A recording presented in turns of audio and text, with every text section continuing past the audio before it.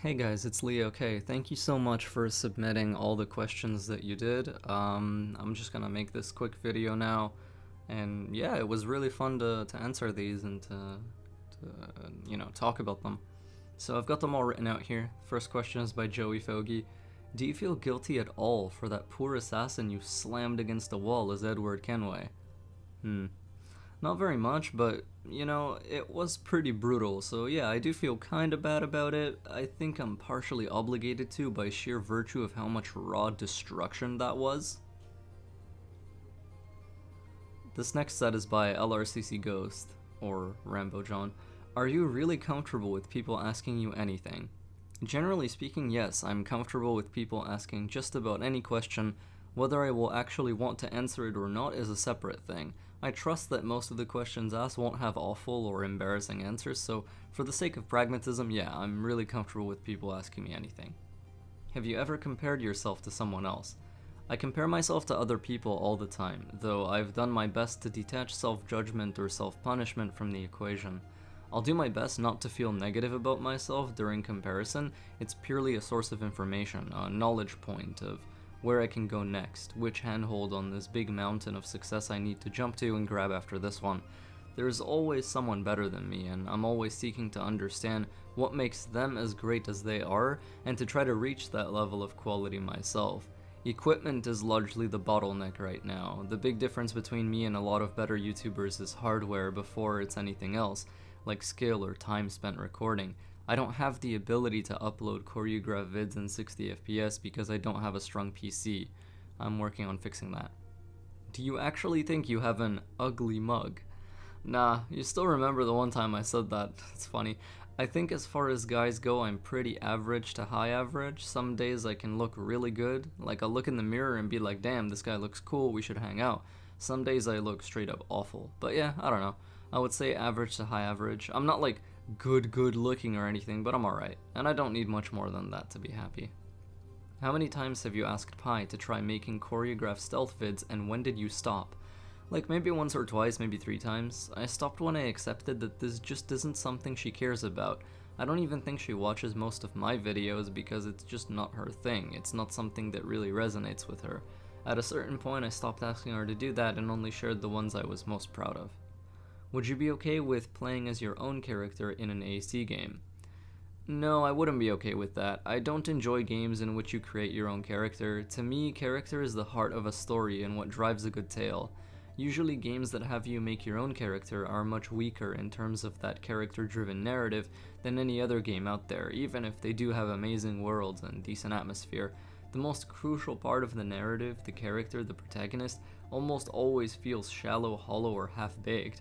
I really prefer games that have an established protagonist like Aloy from Horizon Zero Dawn or any of the protags from the Assassin's Creed games.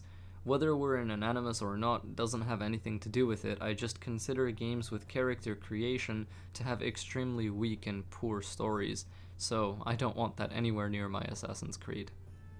Opinions on Has No Talent.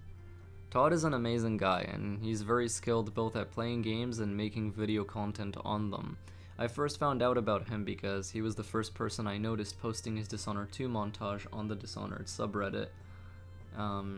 When not even StealthGamerBR, Rabbit Klockner, Volund, or anyone else had any. I clicked on it and my jaw dropped as I saw this guy far reach through the windmill at the beginning of the mission Edge of the World.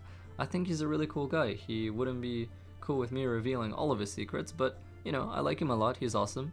Even though he's older than me and has more subscribers than me with less videos, which means he has a higher degree of efficacy, he's always been kind to me and supported me. If you haven't looked at his channel yet, please do. He's got some really nice stuff and he's a genuinely good person.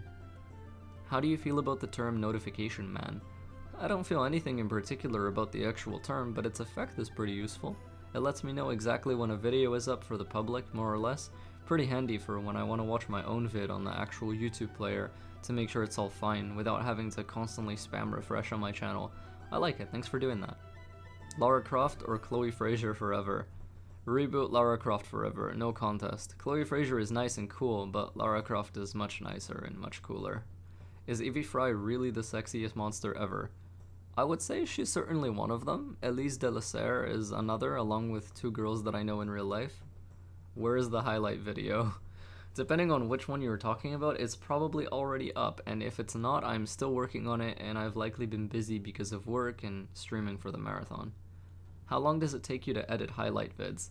Start to finish, each one probably takes about half an hour to trim all of the highlights, and then maybe another half an hour to actually edit them all together. How old were you when you started YouTube? Honestly, I don't remember. I had my channel for a very long time, but I didn't seriously start uploading videos until Far Cry 4's Outpost speedruns with the autocross. Those are pretty terrible right now, but I look back on them fondly because it was the first time some of my friends reacted like, wow, look at this guy shredding enemies so quickly. How old was I then? I was 20 years old. Thanks so much, Ghost.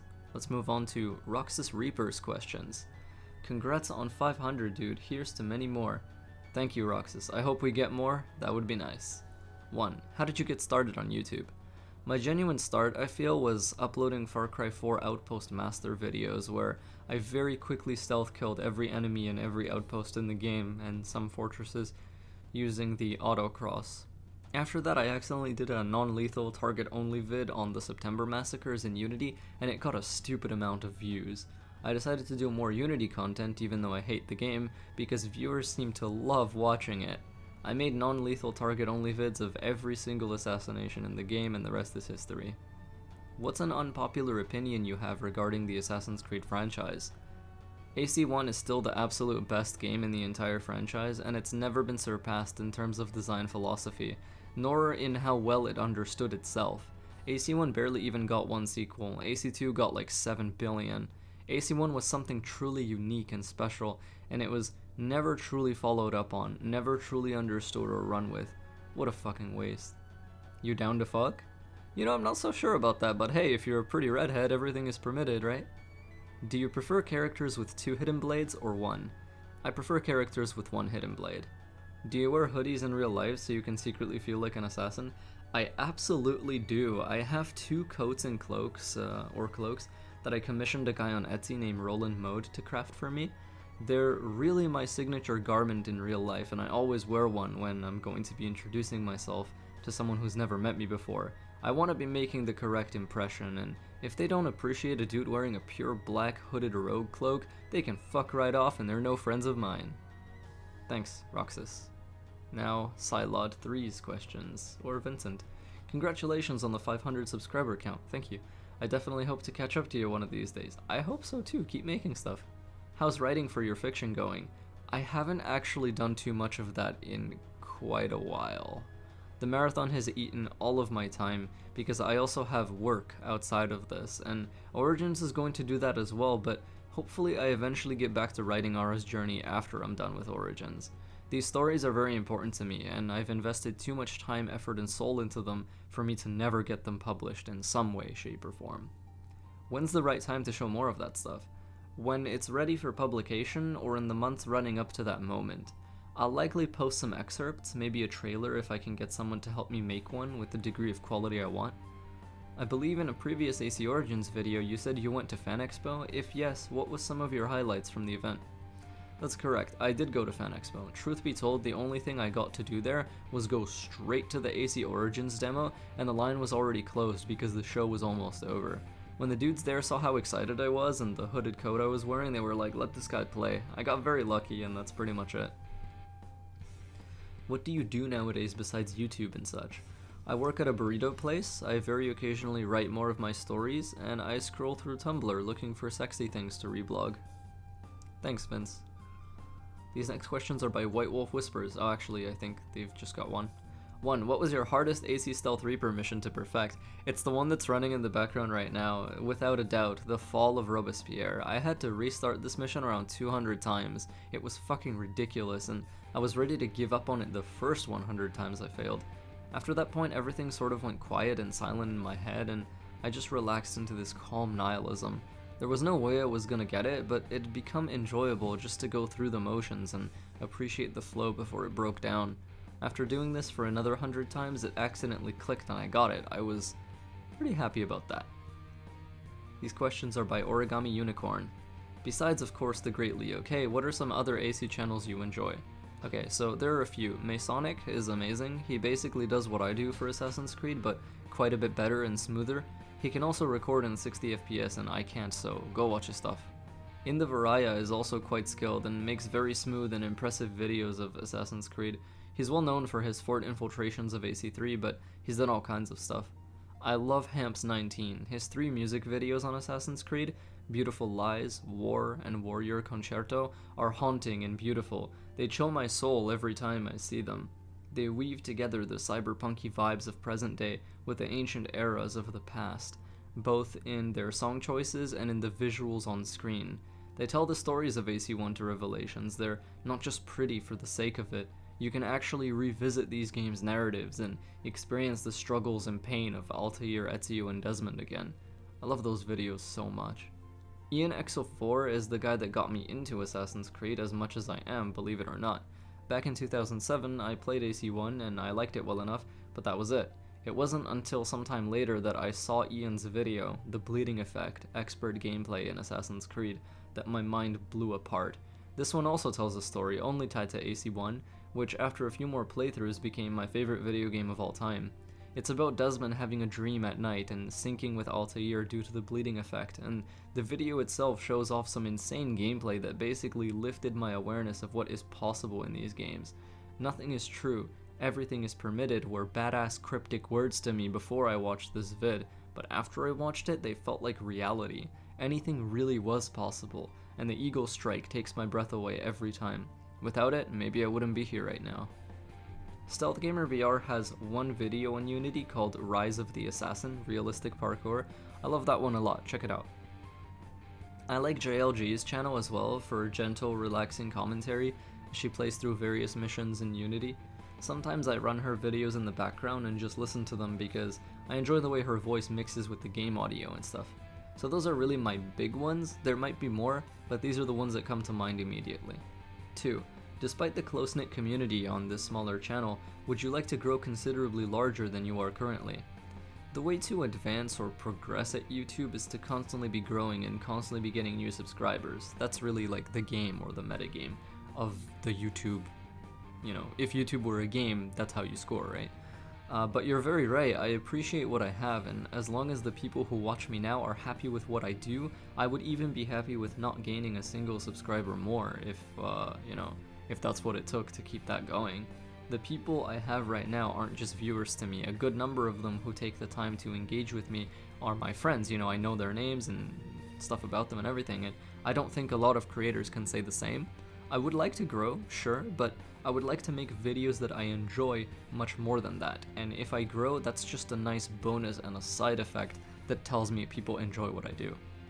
I think you said you were into Cyberpunk. How hype are you for Blade Runner 2049 and Cyberpunk 2077 and the possible resurgence in cyberpunk fiction? You're right in remembering that. I'm very into Cyberpunk. I'm crazy hyped for Blade Runner 2049 and for Cyberpunk 2077. A resurgence in cyberpunk fiction is something I'm always up for.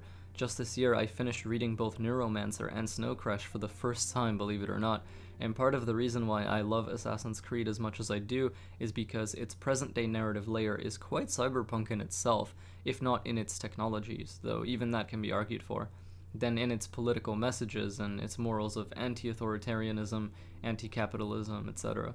Cyberpunk 2077 is something I anticipate eagerly. I didn't enjoy any of CD Projekt Red's previous games at all, like the Witcher franchise, and I had a terrible experience with The Witcher 3, but Cyberpunk 2077 sounds awesome. I know I said I don't usually like stories where you make your own character, and CP2077 is one of those, but the thing is, I would be playing that game for its atmosphere, for its world. I'd be playing that game to walk through a neon-lit, rain-drenched city oppressed by the megacorporations, slinking through piss-covered alleyways with bootleg medical operations happening in some aluminum shantytown because the lower classes can't afford real doctors anymore, but you trust the hacker next door to chop you open and make sure your augmentations haven't bugged out or caught any viruses.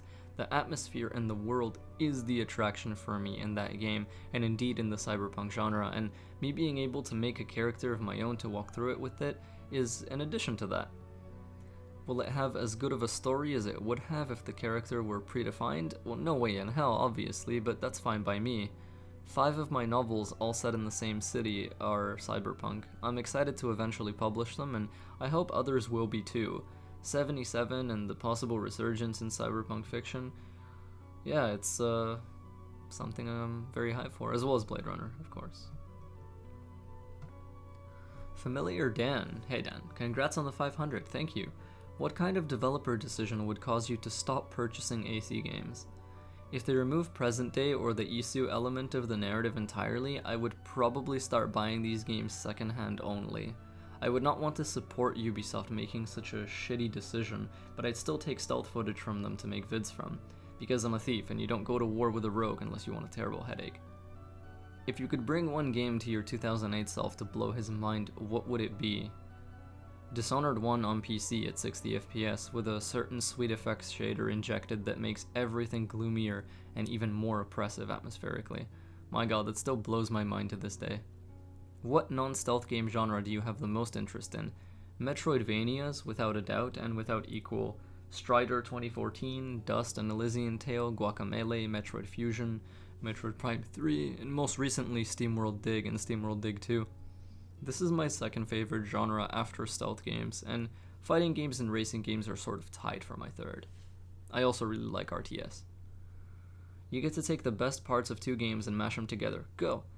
I take the systemic nature and emergent gameplay of Dishonored and mash it together with Assassin's Creed's parkour and ability to traverse anything. Thanks, Dan. Sif. Why are poor turtles always on your hit list? Is it a Canada thing? They're actually not. I can only think of about one time I tried to kill a turtle in Black Flag, and ironically the only reason I tried to is because you actually can't do it. I generally don't hunt animals in games because it's tedious and it takes a while to do. I prefer to buy all of my crafting supplies from a store, which is much more efficient. And no, Canadians have nothing whatsoever against turtles, I don't think. If anything, we fucking hate geese. I don't even really identify as Canadian anyway, but good question. These next ones are by JK Gamersub, or JC, or Thumbnail Dude. Mountain Blade Warband, WWE 2K16, or Mafia 3. You know what to do. Man, do I really? I'm not sure what to do, to be honest. Of the 3, I would probably play and make vids on Mafia 3, because it's actually got stealth, and it's probably the most enjoyable one on that list for me personally. I don't really enjoy Mountain Blade, and I don't like wrestling games either. Mafia 3 may be bloated and repetitive, but at least it plays alright.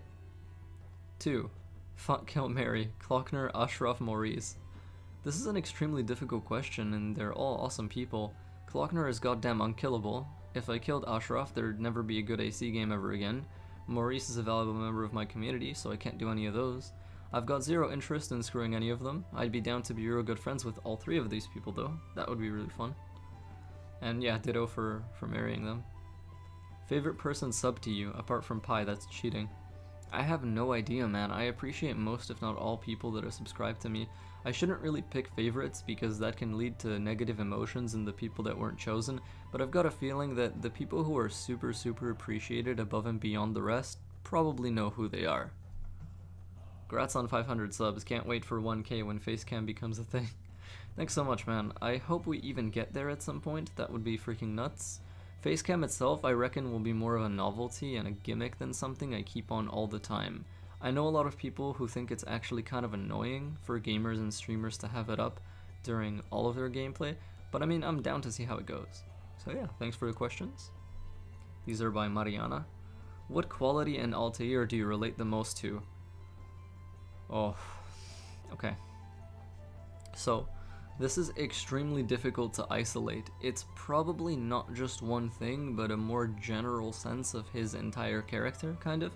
So all of who he is speaks to the soul of Leo K and the things I've gone through.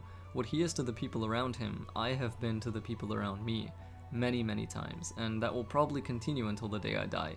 He suffered a lot and lost a lot of connections over the course of his life. He through death, and me through alienation, animosity, incompatibility, and distance. He can be a very, like, cutting character, someone who's unashamedly the way he is. I'm like that too, and that's just how it's gonna be. Many people are initially intimidated by me or think I'm fake or holding up some kind of facade or act of sorts, but I'm actually just more genuine and more myself than they have the courage to be, so I look strange to them. Altair is a mentor. He teaches many people many things, but more so than that, he truly believes in humanity, in its potential for goodness, in its ability to grow and change and enhance its awareness. He's a philosophical mind and soul who constantly strives to better himself and the people around him. At the same time, he's sharp and he can be expedient, efficient, heartless, and cruel when he needs to be. All of these things, I am. Completely. Altair Ibn Lahad is the one character in fiction that is more me than any other, and I'm lucky to have found that character, because most people don't.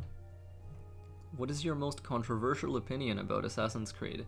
In general, AC1 is the best and most important game in the franchise, and Ubisoft and most of the player base are completely clueless as to why and how. Ubisoft doesn't understand its own series and what makes it special, what makes it a high-quality gaming experience. Granted, some of that is changing with Origins, but not all of it. How much of it? Well, I'll just have to play the entire game myself to find out. And among the AC subreddit, Assassin's Creed Unity is fucking garbage, and the absolute worst game in the series, along with being one of the worst video games ever produced. It is still special to me personally, and I do love certain traits it carries, but I'm forever crushed that they're part of such a horrible game. AC Unity has a good story, but awful gameplay. Usually, people's opinion on those is actually flipped, and they are wrong. JLG, what would be the one dream you would like to realize in your life? I have to pick just one? For my stories to be successful and beloved enough to go transmedia, to become games, anime, comics, and movies, and for my books to be enjoyable enough in and of themselves so we can even get to that point. The Captain Man. What are you studying right now, if? I'm not formally studying anything at the moment, and I don't have any plans to. That could always change, but right now that's how it is. I'm always studying something though, learning something, growing in some way, changing, trying things. I'm just not receiving checkmarks, grades, and papers that tell me I'm worth something by doing so. So, this next bit is by Axe Paladin. Congrats on the big 500, buddy. What aspect of the game do you think you'll bask in first when Origins drops? Thank you. What I'll bask in first when Origins hits is its reworked area completion systems. The idea now is both the map and individual areas have objectives that feed into all of Bayek's progression in a very smooth and natural way. When you loot chests to check them off the area completion tab of a certain area, you're not just getting random money, you're getting weapons that will strengthen you. You're getting XP that will improve you.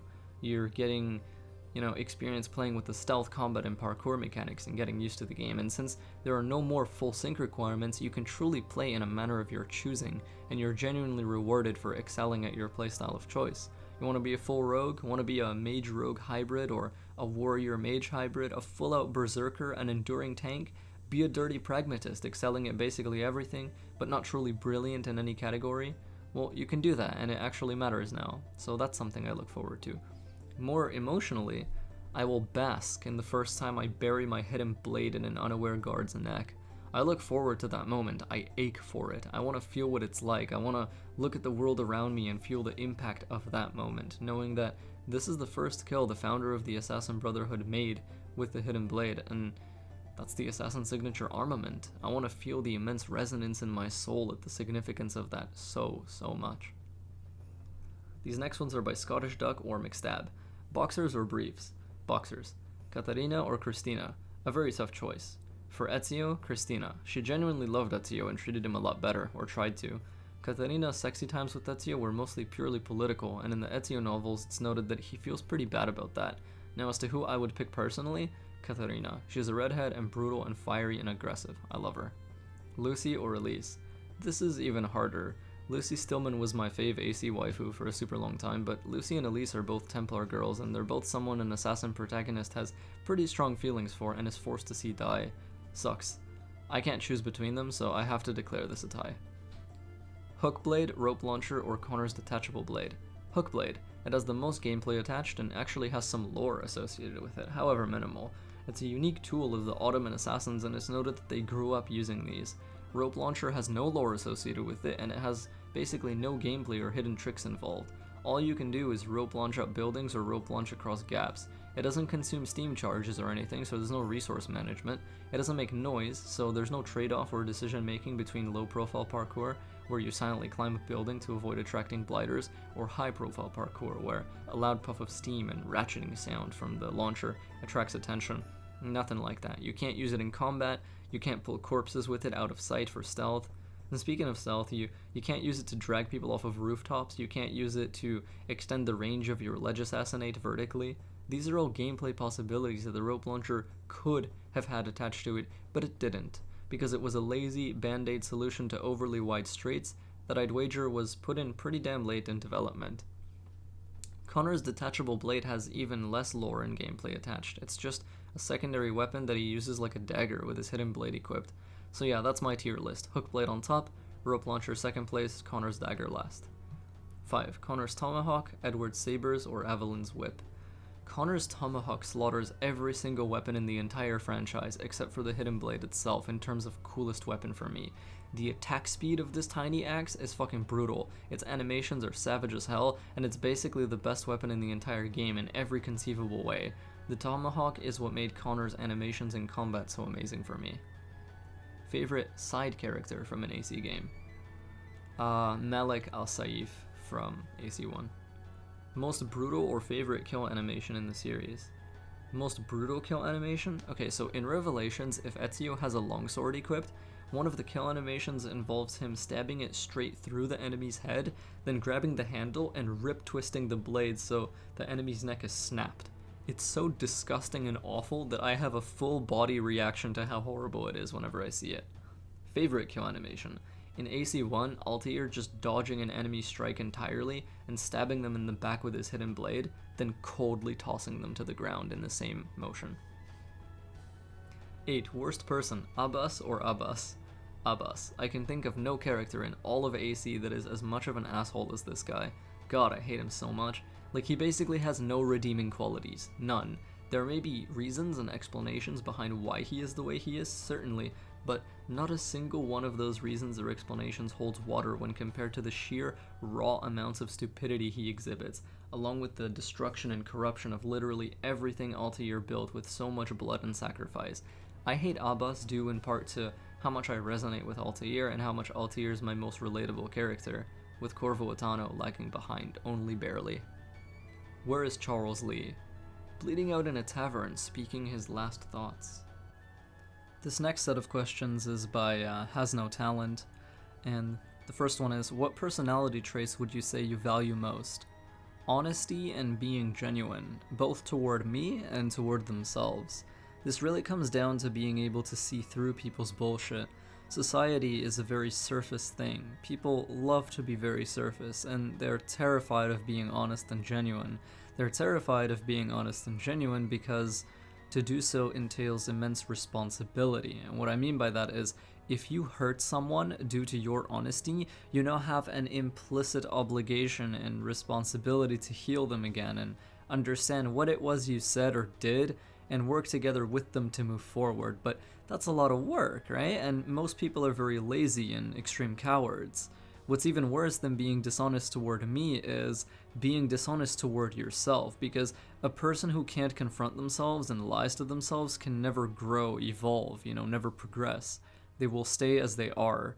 I've sacrificed so much to try to force growth in people who just refuse to confront their own inner darkness and who repeatedly hurt me from refusing to do it, while I've dug into my chest with bleeding fingers and always come out stronger in some way. Honesty with oneself and with others. This is probably the biggest. 2. What are your core values in life? Being honest, being logical, being effective, being worth something, being responsible, and being a rogue, renegade, or anarchist. It feels tough to reduce myself to more core than those. 3. Do you think that positivity and always acting positive genuinely improves the outcome of events within people's lives, or is everything just up for chance? I think that acting positively improves the results of events, despite everything being influenced by randomness, chance, and RNG. Like, if you think and act positively, you're more likely to be responsible, and therefore do everything you can to influence events in your favor. This means that when RNG is going your way, you gain a lot, and when RNG is not going your way, you mitigate your damage. 4. Do positive things happen to positive people? Not always. RNG is a huge factor, but positive people are rationally and observably netting benefits and gains for themselves. The worst thing you can do, no matter who you are, but especially if you're already behind in some way, physically or mentally, is to beat yourself down and act negative. I learned this the hard way, and I wish I never wasted so much time fucking myself over during my depressive years. 5. Is acting positive while our lives are going poorly lying to ourselves? I don't think so, because there's a difference between being delusional and being as positive as is reasonable in the context of tragedy. You don't lie to yourself, but you still do whatever you can to benefit yourself and the people around you. The idea is to be responsible, and if you need to make certain positive changes to yourself in order to be happier or even marginally healthier, that's actually immensely worth it. Most people don't even do that much, and it takes a lot to shake them out of their irresponsible states, which usually fuck them up for a long time. I don't know if this applies to everyone with 100%, but it applies to me for sure, and to a lot of my friends that I care for deeply. 6. What's the morality of lying to ourselves? I don't think it's good to lie to yourself. It has nothing to do with morality. It just degrades your personal effectiveness massively and makes it plummet. You just become worse at everything when you lie to yourself, so it's just, like I said, it's just not a very effective thing to do. Does the morality change if it helps? I can't actually think of a single scenario in which lying to yourself genuinely helps. If something feels that way, it's probably because the person has adopted an avoidant behavior tendency. There's something they're dodging, running away from, instead of addressing or taking the time to grow at peace with. So no, the morality doesn't change if it helps, because lying to oneself probably never actually helps. In 99% of cases, I can guarantee that it would actually damage the person more, and this is especially insidious because that type of personal damage doesn't usually get noticed until it gets really bad. 8.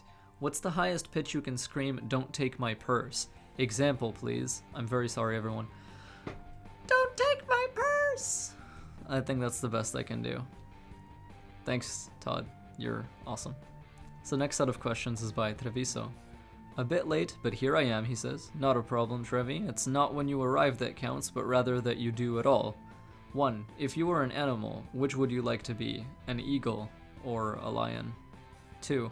What's your favorite video game genre besides stealth? My favorite genre other than stealth games is Metroidvania. 3. If you could patch one thing in real life, what would it be?